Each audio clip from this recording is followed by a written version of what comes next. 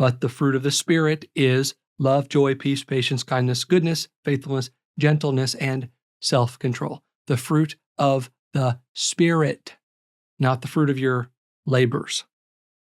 These are wants and desires placed in you by the Spirit of God. Now, I know some of you are saying, but Kyle, I'm not a patient person, or I'm not a very loving person toward a lot of people, or I'm not joyful, or I'm not so peaceful. Okay, sure, that might be reality. But the reason you're saying this is because you want to be. You desire to be. Now, are you always going to follow through with your desires? Desires and doing are two very different things, and we're not going to do any of this perfectly, even if we want to. The reason comes down to the fact that you still have flesh and a mind that needs consistent renewal. Your heart isn't the reason you aren't as patient or peaceful as you'd like to be. It's your mind and your flesh that sometimes keep the desires in your heart from getting to your hands, your feet, and your mouth. And we all have this problem. You know, our brains got programmed over many years of experiences and sometimes traumas and doctrine and so forth. Sometimes we slip back into those old patterns of thinking and believing, which influences our behaving even though we want to do better. I caught myself in this recently. Some of you know I recently moved. The community that I moved into is new. It's all new construction. Welcome to Central Florida. Well, my house was delayed 5 times.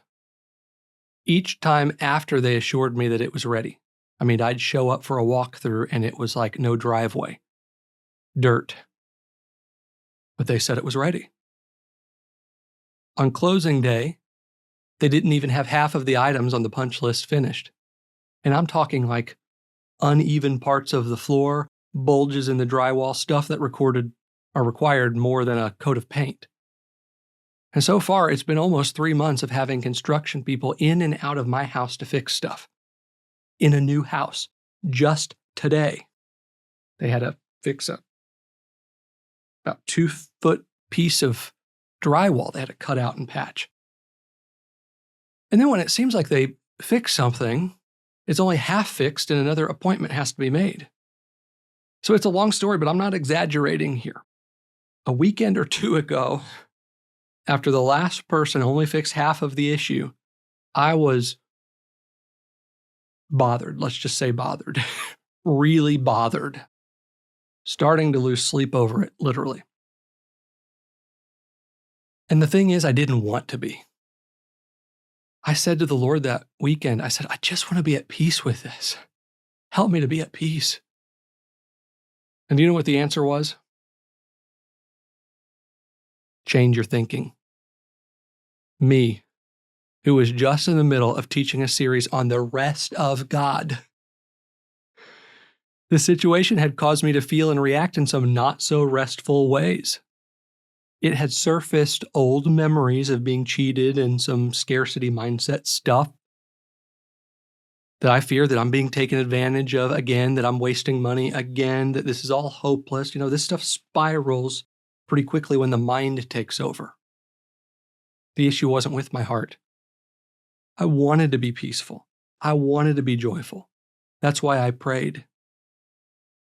The issue wasn't that God didn't give me these things already. The issue was with my mind, which then influenced my flesh. I told that story because I know that there are some of you who are feeling bad because you aren't living as peaceful, loving, or as good as you'd like to be. Okay. But focus on the fact that you'd like to be. That desire means that you did have a change of heart. God did a work in you. That desire means that God made good on his promise to give you the desires of your heart. You've maybe been waiting for something he's already given. Because he's the one that gave you those desires, he's going to be the one to help you fulfill them, even though you won't do it perfectly. Here's a takeaway. What you might need to rethink when it comes to God's promise of giving you the desires of your heart.